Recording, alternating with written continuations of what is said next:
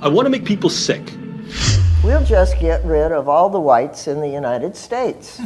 People are being harmed and murdered. The world is flooded with so much fake news like a waterfall. Speaking the truth in love to expose all lies in this evil world is my top mission before I leave this earth. Wake up before it's too late, brothers and sisters.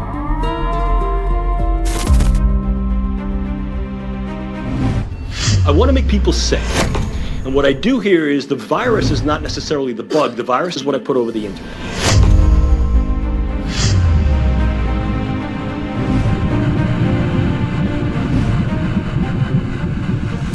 Let me show you how I can crash a system pretty easily.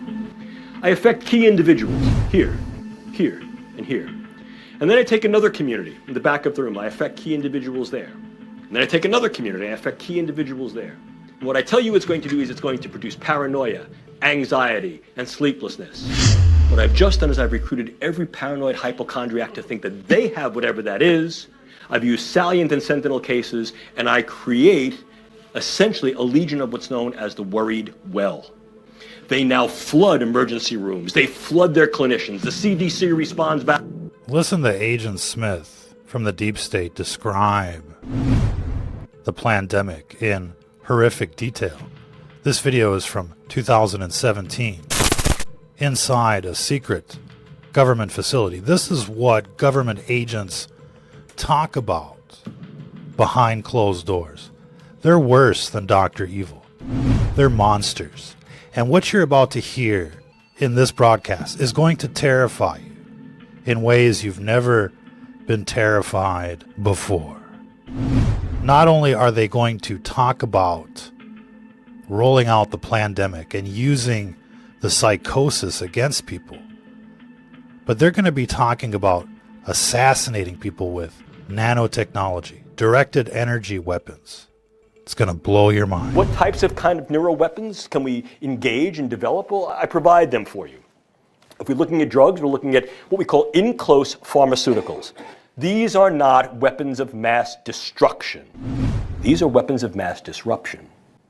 What they can be used to do is create particular yet highly selective effects in individuals so that they can be delivered at very, very low doses, yet deliver a high amplification effect that's called a hormetic potential. So we can utilize these things to be able to affect key operators and dynamic individuals who may charismatically, politically, or through other means of power be able to affect groups. It's a ripple effect. It is a ripple effect.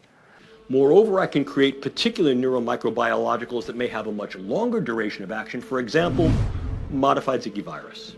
And what I can then do is, as a consequence of that, is I can affect subsequent generations to incur a public health morbidity and mortality effect that then creates an increased economic and perhaps social burden. Long war scenario. If I wanted to do something that's a little bit more proximate, I can utilize nanoparticulate matter. Now, we can utilize nanoscience to create much better drugs, to get them where they gotta go in the brain. I can create nanoscience and nanotechnology to be able to escort certain drugs across the proliferant barrier, which is the blood-brain barrier and cerebrospinal fluid barrier. So I get these things where they gotta go. But I can also utilize nanoparticulate matter in a very indiscriminate way. The idea here is that I can get something called high CNS aggregation material that is essentially invisible to the naked eye and even to most scanners because it is so small that it selectively goes through most levels of filter porosity. Today I'm going to show you that these robots exist here in Israel. And I'll show you this syringe, which I brought from my lab. So this syringe has inside it 1,000 billion robots. So these robots are each 50 nanometers long, which as you can see in this slide under the microscope. 50 nanometers is about 2,000 times thinner than the thickness of your hair.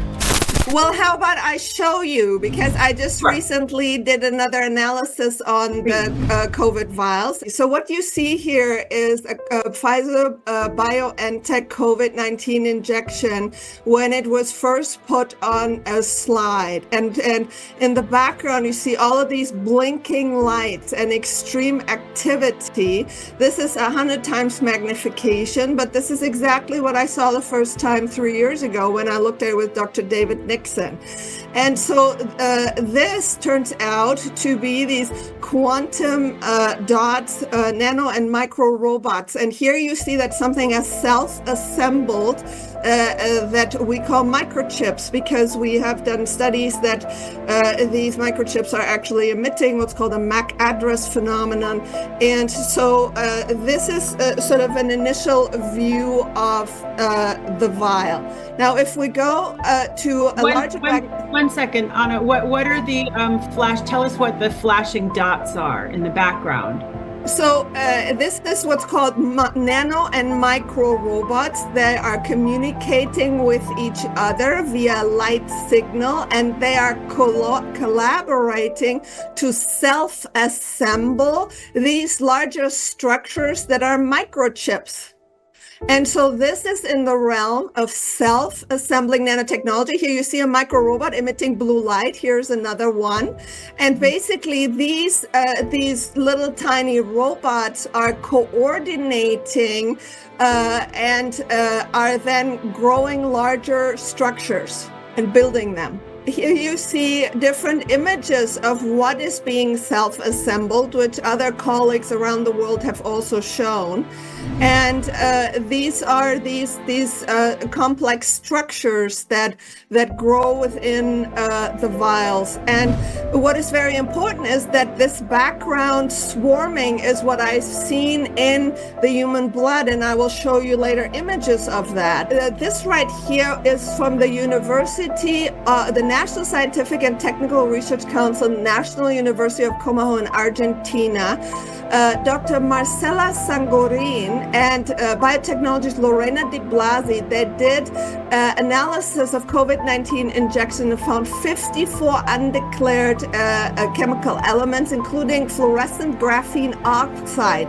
And I have documented the fluorescence phenomena in the blood and with this technology extensively. I've looked at many childhood vaccinations now under the microscope, and they have the same self-assembling nanotechnology. And how I really figured out how this self-assembled was that Richard Hirschman sent me embalmed blood of a vaccinated individual who had been deceased for 8 months before. I got these vials in June of 2023, and you can see here the same filaments. And this is a video of ongoing self-assembly within this embalmed blood. And what you see here are these micelles, and they're filled with the same blinking lights that I showed you earlier in the COVID shots. I've been working erecting 5G masts on towers like the one behind me for the past few weeks while everybody else has been in lockdown. And we don't crack open these kits because we're explicitly asked not to.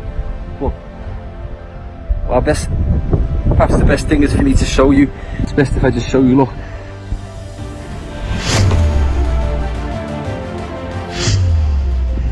There's a piece of fucking 5G kit and it says COVID-19 on it.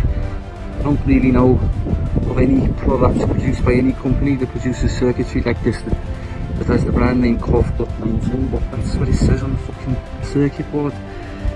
I'm not one of the fucking conspiracy theorists. Obviously I've read all that stuff online about coronavirus and COVID-19, but why the fuck are they putting circuitry like that in towers like that? I just don't fucking understand. These are then inhaled either through the nasal mucosa or absorbed through the oral mucosa. They have high CNS affinity. They clump in the brain or in the vasculature, and they create essentially what looks like a hemorrhagic diathesis, in other words, a hemorrhage predisposition or a clot predisposition in the brain. What I've done is I've created a stroking agent. What Agent Smith has done here is talk about deploying invisible weapons, silent weapons to cause strokes. And what you'll discover soon is heart attacks. They're attacking the hearts and minds of the American people and of dissidents. They're releasing all sorts of nanotoxins to make people sick. Invisible weapons. This is what they specialize in. And not only are they using chemicals and biological, but also energy weapons. You're about to discover how deep this rabbit hole goes, but it's beyond insanity. It's beyond Dr. Evil. We can also utilize these interventional technologies in those ways that may able to directly affect the brain. Probably the one that you've heard about most recently, most contemporaneously in the literature, is the possibility to use some form of directed energy to affect physiology peripherally and also to affect the physiology and health of the brain. Really, one of the things we can also do is transcranial neuromodulation, the idea of going through the skull to modulate the node and network activity of the brain, to optimize the performance of key individuals in certain tasks and performances that are relative to their missional space. And we can also do that against hostile or perhaps belligerent others.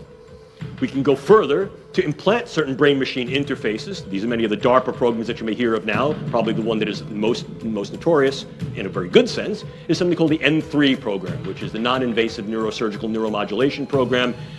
And so they're deploying energy weapons as well to target people.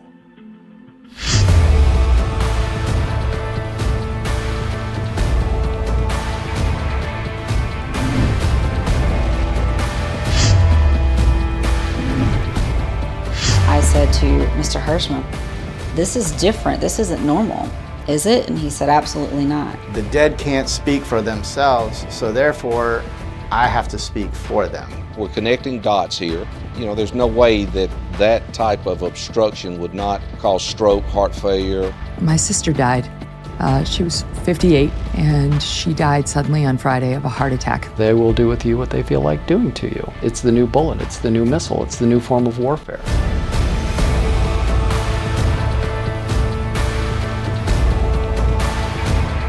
I wanted people to understand that we're in a fifth-generation warfare for the heart and the mind.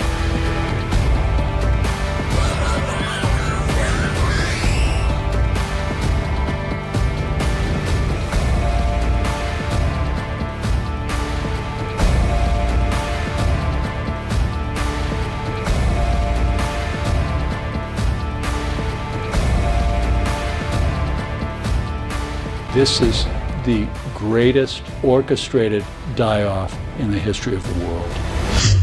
The battle is being fought. One family, one physician, one health center. That's why we're doing as well as we are. We're talking about the minority and strategies against the minority. So I have the solution. Every study published in the last 5 years, when you look at vaccine refusers, I'm not talking about, well, hesitants, most of them we can talk into coming to terms, but refusers.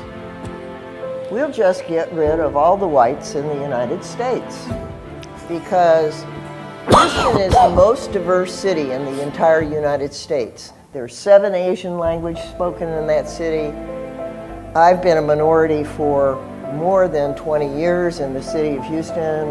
The majority is, we call Hispanic. That is not a race or an ethnicity, that is a political designation. But a lot of them are from Central, South America, Mexico. Guess who wants to get vaccinated the most? Immigrants. Wake up before it's too late, brothers and sisters.